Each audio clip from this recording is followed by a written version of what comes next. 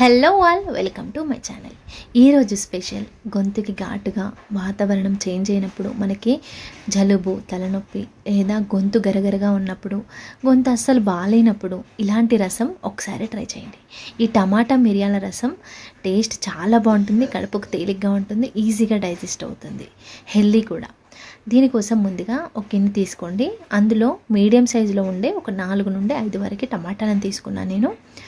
బాగా పండినవి తీసుకోండి, చాలా బాగుంటుంది. అలాగే ఒక 2-3 రెబ్బల చింతపండు వేసుకొని, ఇప్పుడు ఇందులో తగినంత ఉప్పు, అంటే 1 స్పూన్ వేసుకోండి. 1 స్పూన్ ఉప్పు, అలాగే తగినంత పసుపు, 1 స్పూన్ పసుపు వేసుకోండి. పసుపు వేసుకొని ఉప్పు, పసుపు, చింతపండు అంతా ముక్కలకు పట్టేలాగా ఇలా బాగా కలుపుకోవాలి. కలుపుకొని స్టవ్ మీద పెట్టి స్టవ్ ఆన్ చేసుకోండి. స్టవ్ ఆన్ చేసి మంట లో ఫ్లేమ్లోనే పెట్టుకోవాలి. ఇప్పుడు మూత పెట్టేసి ఒక 2-3 నిమిషాలకు ఒకసారి ఇలా కలుపుతూ టమాటా నుండి వాటర్ అంతా బయటకు వచ్చేలాగా ఉడికించుకోవాలి. ఇలా నొక్కుతూ బాగా ఉడికించుకోండి. మంట లో ఫ్లేమ్లో పెట్టుకొని ఉడికించుకోవాలి, లేదంటే మాడిపోతుంది. ఇలా బాగా కలుపుతూ ఉడికించుకున్న తర్వాత ఒక 2-3 నిమిషాలకి ఇలా తొక్క ఊడిపోయినట్టు అవుతుంది. మనకి టమాటా నుండి ఇలా గుజ్జుగా అవుతుంది కదా, అలాగే చింతపండు కూడా ఉడికిపోయింది. ఇలా నొక్కితే స్మూత్గా ఉండాలి. అప్పుడు స్టవ్ ఆఫ్ చేసుకోండి. ఇప్పుడు ఇందులో వేసే మసాలా పొడి కోసం 1 స్పూన్ జీలకర్ర, 1 స్పూన్ ధనియాలు, 4-5 వెల్లుల్లి, 1 రెబ్బ కరివేపాకు, 1/2 స్పూన్ వరకు మిరియాలు వేసుకున్నాను. అవి వేసి దంచి పక్కన పెట్టుకోండి. ఇప్పుడు ఒక గుప్పెడు కొత్తిమీర కాడలతో పాటు చిన్న ముక్కలకి కట్ చేసుకొని ఈ టమాటాలో వేసుకొని కలుపుకోండి. ఇప్పుడు ఇందులో కొంచెం వాటర్ యాడ్ చేసుకోండి. కొంచెం వాటర్ యాడ్ చేసి ఈ టమాటాలు అలాగే కొత్తిమీరలో ఉండే రసం అంతా దిగేలాగా బాగా పిండుకోవాలి. ఇది చాలామంది మిక్సీకి వేస్తారు. అలా కాకుండా ఇలా బాగా మనం చేతితో పిండేసుకుంటే ఈ కొత్తిమీరలో ఉండే రసం అంతా వచ్చి పైన కొత్తిమీర కనిపిస్తూ కలర్ఫుల్గా ఉంటుంది, టేస్ట్ కూడా చాలా బాగుంటుంది.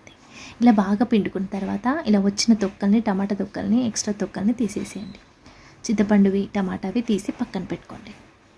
ఇప్పుడు ఇలా క్లీన్గా ఉంటుంది రసము. ఇప్పుడు ఇందులో తగినంత వాటర్ వేసుకోండి. పులుపుకు తగ్గట్టుగా అడ్జస్ట్ చేసుకొని వాటర్ వేసుకోండి. ఇలా వేసుకున్న తర్వాత చూడండి, అక్కడక్కడ చిన్న చిన్న టమాటా ముక్కలు అలాగే కొత్తిమీర కనిపిస్తూ చాలా బాగుంటుంది ఇలా చేతితో పిండుకుంటే.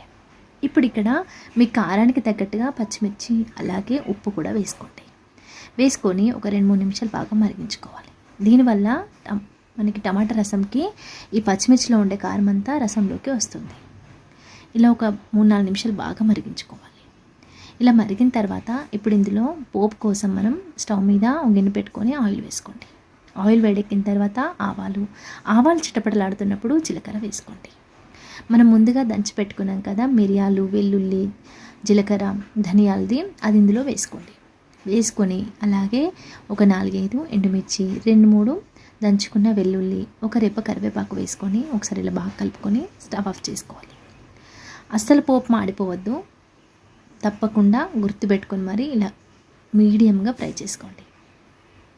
ఇలా ఫ్రై అయిన తర్వాత ఇప్పుడు దీన్ని డైరెక్ట్గా చారులో వేసుకోవాలి, మనం మరుగుతున్న చారులో. అంతే అండి, టేస్టీగా సింపుల్గా ఉండే రసం అయితే రెడీ అయింది. పోపు వేసిన వెంటనే మనం మూత పెట్టి ఒక 2 నిమిషాలు వదిలేయండి. దీనివల్ల పోపు టేస్ట్ అనేది రసానికి బాగా పడుతుంది. ఇలా ఒక 2 నిమిషాలు మరిగించుకొని స్టవ్ ఆఫ్ చేసుకోండి. వేడి అన్నంలో ఈ ఘాటుగా ఉండే టమాటా రసం వేసుకుంటే చాలా బాగుంటుంది టేస్ట్. కడుపు కూడా చాలా తేలిగ్గా, చాలా లైట్ వెయిట్గా, ఈజీగా డైజెస్ట్ అవుతుంది. అలాగే మనకు జలుబు అలాంటివి ఏమైనా అయినప్పుడు ఇది చాలా రిలీఫ్గా ఉంటుంది ఘాటుగా గొంతుకి. మనం ఇందులో కారం కూడా మిరియాలతో వస్తుంది కాబట్టి చాలా న్యాచురల్గా చాలా బాగుంటుంది, హెల్దీ కూడా. అంతే అండి, మీకు ఈ రసం నచ్చితే తప్పకుండా లైక్ చేసి నేను చెప్పిన విధంగా ఒకసారి ట్రై చేయండి. మరిన్ని టేస్టీ అండ్ హెల్దీ రెసిపీస్ కోసం ఛానల్ని సబ్స్క్రైబ్ చేసుకోవడం అస్సలు మర్చిపోవద్దు. ఇది ఈవినింగ్ టైంలో సూప్లా అయినా తీసుకోవచ్చండి, ఎక్కువ జలుబున్న వాళ్ళు. Thank you for watching. Please subscribe my channel. Thank you.